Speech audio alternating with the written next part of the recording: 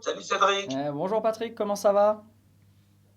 Ça va bien et toi? Bah, ça va bien, on s'était eu il y a 2-3 ans en interview. On se retrouve, exactement. Et C'est, là, il y a un autre grand homme là, qui est là. Il j'allais va faire son dire, Bruce entrée dans le Willis, studio. il est où? Ah, mais on se connaît, ça va, tu vas bien? Bah bien et toi? Bien, très bien. Trop de place, Gainsbourg. Là. Non, non, il est cool, man. J'allais Non, dire, ouais, je bah, me non, suis dit Serge Gainsbourg est là aussi. et il se fait attraper. Hein. Ah, en tout cas là, J'avais mis une tôle par le col. ça c'est la classe. Ah, c'est pas grave. Tout est bon pour vous, vous Oui, m'entendez ouais, bien? il est trop bien. Très bien. Pardon, oui, on t'entend très bien, nous. Nickel, ok, donc on va être parti, j'ai noté 10 questions, voilà. On est presque à égalité sur 5 questions chacune. Et bah alors là, pour la première, je ne sais pas qui va répondre. On va Alors, vous les êtes où, calmer. vous? C'est où? Vous êtes où, la radio? Attends, Alors, Radio Mélodie. Sarreguemines. Ouais, c'est ça. Ah bah ouais. Ok, non, vas-y, on y va. Alors, la première question que j'ai envie de vous poser, alors tout simplement, qui a eu l'idée de ce duo, de cette chanson et de ses paroles? Bah forcément, la proposition est venue de moi parce que voilà, on s'est rencontrés, on a tout de suite, voilà, on s'est télescopé, on s'est rencontrés en Corse. Après, je suis venu, je voulais absolument chanter avec lui, et donc j'ai proposé des chansons. Et moi aussi. Ouais, mais moi plus quand même en vrai, genre parce que bon les gars, c'est Patrick Bruel, hein. Et donc du coup, j'ai proposé des chansons et il a eu l'ambition, l'intelligence, le flair de choisir celle-ci qui était un challenge et c'est un challenge de plus parce qu'il en fait plein des challenges. Hein. Et celui-ci, voilà. Et donc du coup, c'est une belle histoire d'amitié qui se prolonge là-dessus, là. C'est incroyable. Alors, c'est toi, Icar, qui a écrit les paroles, qui a tout Et fait? les paroles et la musique a été composée par Mathieu Mendes, qui a réalisé la chanson aussi. D'accord. Et Patrick a amené toute sa magie dedans. C'est pas juste venir interpréter, c'est insuffler quelque chose. Tu sais, il y a des artistes comme ça qui, même lorsqu'ils endossent le costume d'interprète, sont le baromètre d'une chanson. Je pense à Bachung, je pense à des Johnny. On est sur ce level-là, quoi. Donc voilà, il transforme une chanson dès qu'il pose sa voix dessus. Prends le compliment. En tout cas, c'était un plaisir de partager ça. C'était un plaisir d'aller dans un registre un petit peu différent. J'ai l'habitude de faire. Et puis, c'est un texte qui fait sens. Ça dit beaucoup de choses sur l'engagement. Ça dit beaucoup de choses sur ce qu'on est capable de faire pour quelqu'un d'autre, pour garder quelqu'un, pour conquérir quelqu'un. Et c'est vrai que le symbole de l'origami, cette feuille de papier qu'on plie, et plus il y a de pliures, plus il y a une intention vers quelqu'un. Donc je me plie en 1000 origami pour avoir la grâce d'un signe, pour être à la hauteur. C'est très beau. Alors, il y a ce lien, voilà, où on parle entre deux personnes, voilà, qui sont liées. On parle beaucoup d'amour dans cette chanson. Est-ce qu'on parle aussi d'amitié sincère? On sent une amitié sincère entre vous dans dans le clip, hein, dans les regards, dans vos déplacements. Est-ce qu'il y a aussi ce message-là dans ce clip, l'amitié sincère? L'amitié, c'est sincère. Sinon, c'est pas de l'amitié. Donc, c'est une rencontre. Ça provoque beaucoup de choses. Ça provoque une envie de se connaître, une envie de continuer une conversation qui a peut-être commencé avant. Peut-être qu'on s'est rencontrés et peut-être qu'on s'est plutôt retrouvés. Il y a eu quelque chose d'immédiat dans cette rencontre. C'était assez fort, ça remontait à loin pour moi. Et aujourd'hui, c'est vrai qu'on est dans un joli symbole. Avec tout ce qui se passe, que nous deux chantions ensemble, ça fait sens. Évidemment que ça fait sens. Au-delà de notre amitié, au-delà de tout. Voilà. Et maintenant, ça se traduit en chansons, ça se traduit en moments extraordinaires, en dehors de musique, en dehors de tout. C'est cool, quoi. C'est agréable. C'est vraiment des super moments. Et si ça insuffle du bonheur. Moi, j'ai jamais été un gars qui faisait des chansons. Si tu connais mon répertoire, c'est plutôt. Et là, on ouvre vers quelque chose de plus paisible et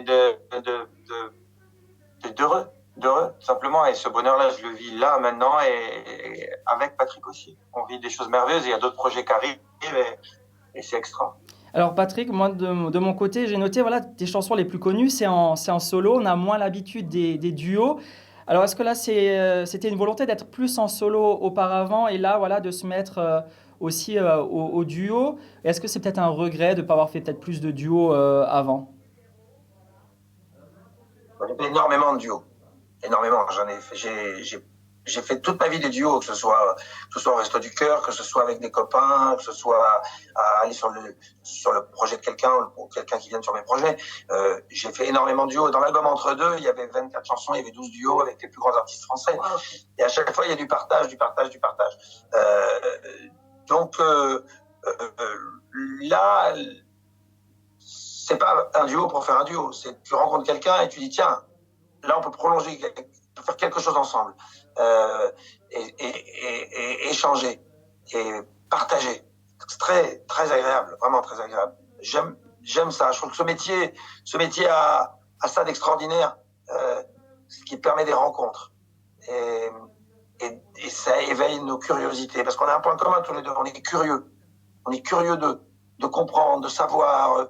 On est émerveillé par quelque chose qui arrive. On a gardé cette capacité d'émerveillement intacte. Et ça, je pense que c'est ce qui nous lie le plus. Ouais, c'est le truc que je pensais être peut-être le seul à rester un gamin et être fou de voir un avion passer devant moi. Comment ça vole? On en voit passer des centaines. Et lui, je lui dis ça, il me dit, mais oui, mais t'as vu ça? Et j'étais là, je dis, ok, on se comprend. Tu vois, on vibre à cette même fréquence-là d'émerveillement d'un truc qui a l'air banal, qui ne l'est pas. Moi, ça me rend. Voilà. Et donc, du coup, on arrive à parler d'un tas de choses. C'est vrai que le symbole de partir d'une feuille de papier, tout à fait banale comme ça, et de la transformer, de la plier, de lui donner forme, de lui donner un signe, de lui donner une étoile, de lui donner un fou, une pièce d'échec, de lui donner vie, de montrer qu'on peut partir de ça pour arriver à quelque chose de très éclairé. Ça ressemble un peu à nos vies, à nos parcours, à nos envies. Ouais. Wow. Il parle mieux de la chanson que je n'ai jamais pu faire la chanson. C'est très mal formulé ça, mais ouais, on a compris. Quoi. Alors justement, Icar, dans ton prochain album, ça va être fait uniquement que de duo. Pourquoi et quelle thématique on va vouloir aborder et avec qui? Bah, c'est la prolongation. En fait, je vais vous dire un truc, et ça, je disais ça à vos confrères hier de Basique, c'est que j'avais fait le premier volume avec Millions d'années, il y avait plein de duos, il y avait Fiori, il y avait Zaz, il y avait Tiken, il y avait Ibrahim Malouf, Batawaji. Et là, à cet Olympia, il est venu chanter avec moi à l'Olympia, je lui ai dit, on fait une chanson. Et je voulais faire une réédition avec un duo, Patrick, il m'a rien fait. Et c'est lui qui m'a insufflé l'envie de refaire un disque là. Donc, c'est-à-dire que j'ai fait en 6 mois un truc que j'avais fait en 3 ans, c'est impossible. Mais voilà, c'est tellement, voilà, il t'invite à travailler, à être rigoureux, voilà, il te donne envie de grandir et moi ça me faut pas le pousser beaucoup non plus, hein. il va vite.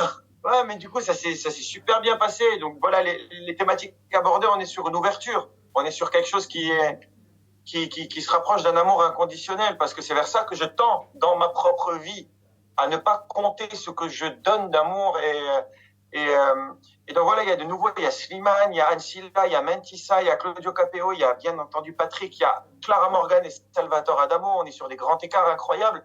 Et c'est les chansons qui amènent, voilà, ces duos pour la plupart, sauf sur ce cas particulier où c'est Patrick qui m'a, voilà, Patrick a été, voilà, il a électrisé le truc, quoi.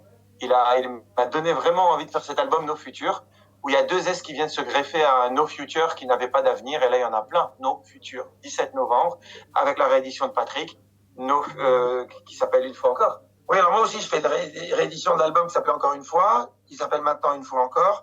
Et dedans, il y a Origami aussi. C'est un peu le point. Ouais. Et on sort le même jour, le 17 novembre. Je lâche plus. Voilà. Ah bah vous êtes liés, hein. Vous êtes liés ensemble. Hein.